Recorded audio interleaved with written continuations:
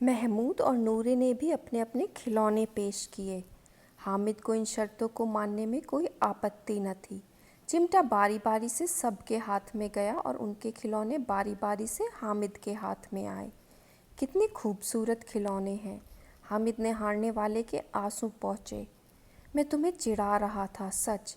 यह लोहे का चिमटा भला इन खिलौनों की क्या बराबरी करेगा। मालूम होता है, अब बोले।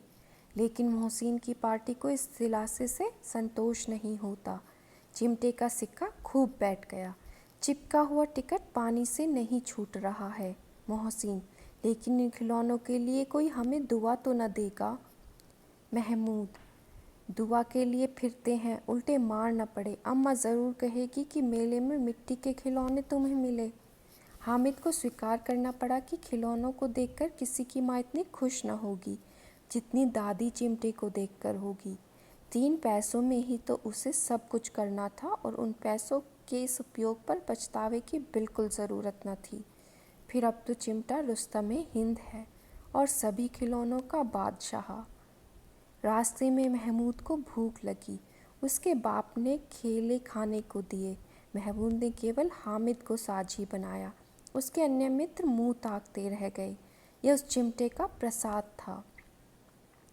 11 बजे सारे गांव में हलचल मच गई।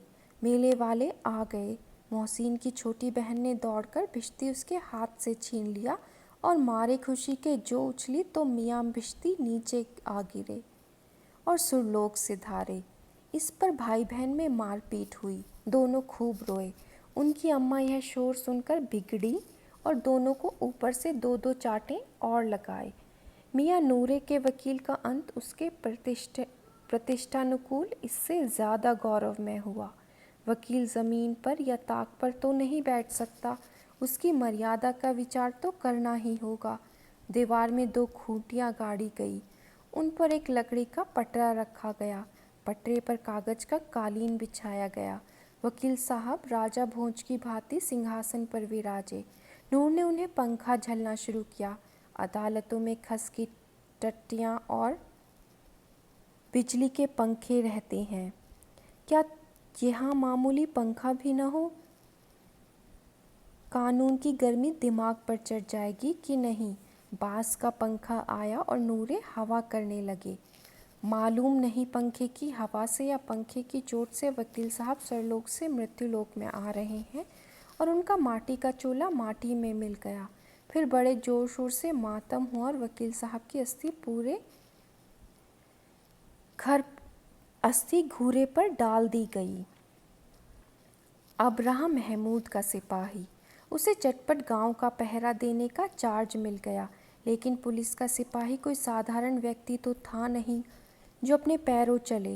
वह पालकी पर चलेगा। एक टोकरी आई, उसमें कुछ लाल रंग के फटे पुराने चीथड़े बिछाए गए जिसमें सिपाही साहब आराम से लेटे।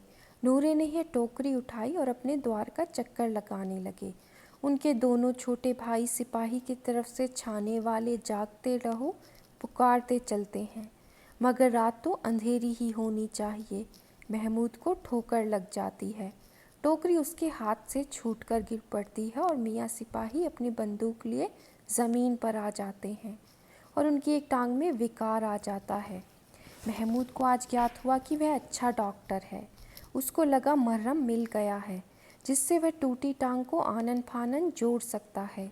गूलर का दूध आता है, टांग जोड़ दी जाती है, लेकिन सिपाही को जो ही खड़ा किया जाता है टांग जवाब दे जाती है। शल्य क्रिया सफल हुई, तब उसकी दूसरी टांग भी तोड़ दी जाती है। अब कम से कम एक जगह आराम से बैठ तो सकता है। अब मियाँ हामिद का हाल सुनिए। अमीना उसकी आवाज़ सुनते ही दौड़ी और उसे गोद में उठाकर प्यार करने लगी। सहसा उसके हाथ में चिमटा देखकर वह चौंकी। यह चिमटा कहाँ था? मैंने मोल लिया है। कै पैसे में? 3 पैसे में। अमीना ने छाती पीट ली। यह कैसा बेसमझ लड़का है कि 2 पहर हुआ, कुछ खाया न पिया, लाया क्या है? चिमटा।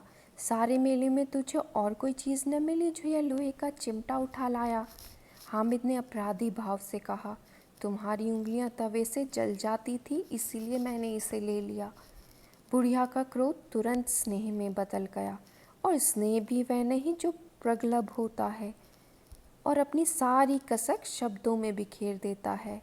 यह मूक स्नेह था, खूब ठोस, रस और स्वाद से भरा हुआ। बच्चे में कितना त्याग, कितना सद्भाव और कितना विवेक है। दूसरों को खिलौने लेते और मिठाई खाते देखकर उसका मन कितना ललचाया होगा। इतना जब्त इससे कहाँ हुआ कैसे? वहाँ भी इसे अपनी बुढ़िया दादी की याद बनी रही। अमीना का मन गदगद हो गया। और अब एक बड़ी विचित्र बात हुई, हामिद के इस चिमटे से भी विचित्र। बच्चे हामिद ने बूढ़े हामिद का पार्ट खेला था। बुढ़िया अमीना बालिका अमीना बन गई। वह रोने लगी, दामन फैलाकर हामिद को दुआएं देती जाती थी और आंसू की बड़ी बड़ी बूंदें गिराती जाती थी। हामिद इसका रहस्य क्या समझता? प्रेमचंद।